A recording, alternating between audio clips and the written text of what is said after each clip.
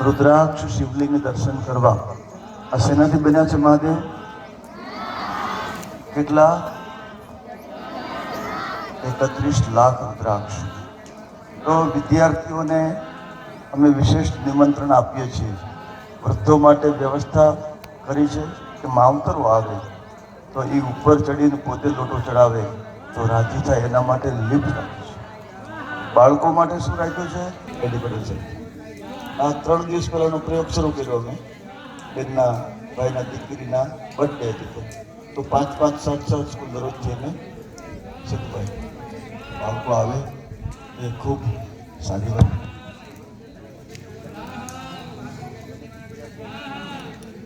પણ હનુમાનજી મહારાજ કેવા હતા? વિદ્યાવાન ગુણી અતિ ચાતુર રામ કાજ ગરીબે કો આતુર। વિદ્યાવાન હોય ને એ જ ચતુર હોય। કોણ ચતુર કોણ બને? વિદ્યાવાન બનવા માટે શું કરવું પડે? કોન્સન્ટ્રેટ કરવું પડે, ધ્યાન કેન્દ્રિત કરવું પડે અને મહેનત કરીને ભણવું પડે। તો આપણા ગુરુજનો પાસેથી આપણે શિક્ષણ ગ્રહણ કરવાનું અને તમારી ઉંમર ભણવાની છે। અત્યારે નહીં તો ક્યારે, અભી નહીં તો કભી।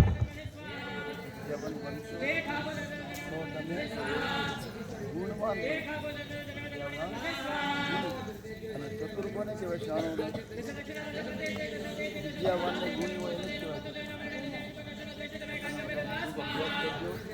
ખૂબ ભણજો અને બુદ્ધિ વિવર્ધન સદા શિવલિંગમ। શિવલિંગની પૂજા કરવાથી બુદ્ધિની વૃદ્ધિ થાય છે। તમને સૌ બાળકોને ફોટો ઘરે લઈ જજો, દ્રાક્ષ ઘરે લઈ જજો।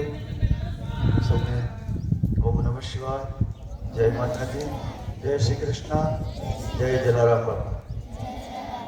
આદરણીય ગુરુજનો, અમારા સુધીરભાઈ, આનંદભાઈ પટેલ, સંજયભાઈ સાહેબ, આપણા માંડલના સરપંચ શ્રી રાકેશભાઈ અને કેતનભાઈ ચાવડા અને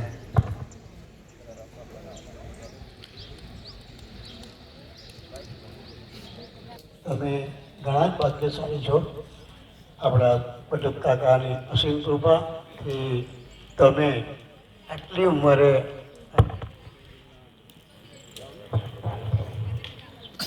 ભાગ્યશાળી છો કે આ 31 લાખ રુદ્રાક્ષ અને 31 ફૂટ ઊંચાઈ એવા શિવલિંગના દર્શન કરવાનો તમને લાભ મળ્યો। અમે કમનસીબ કે અમે 70 વર્ષે લાભ મળ્યો।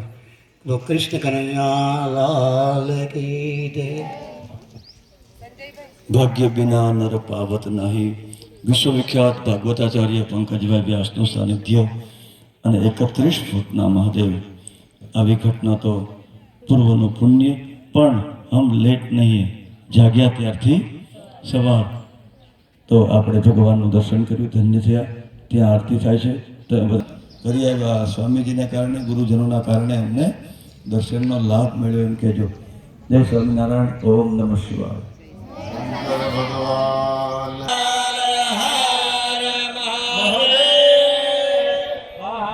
ગણપતિ ગજાનન મહારાજ કી જય।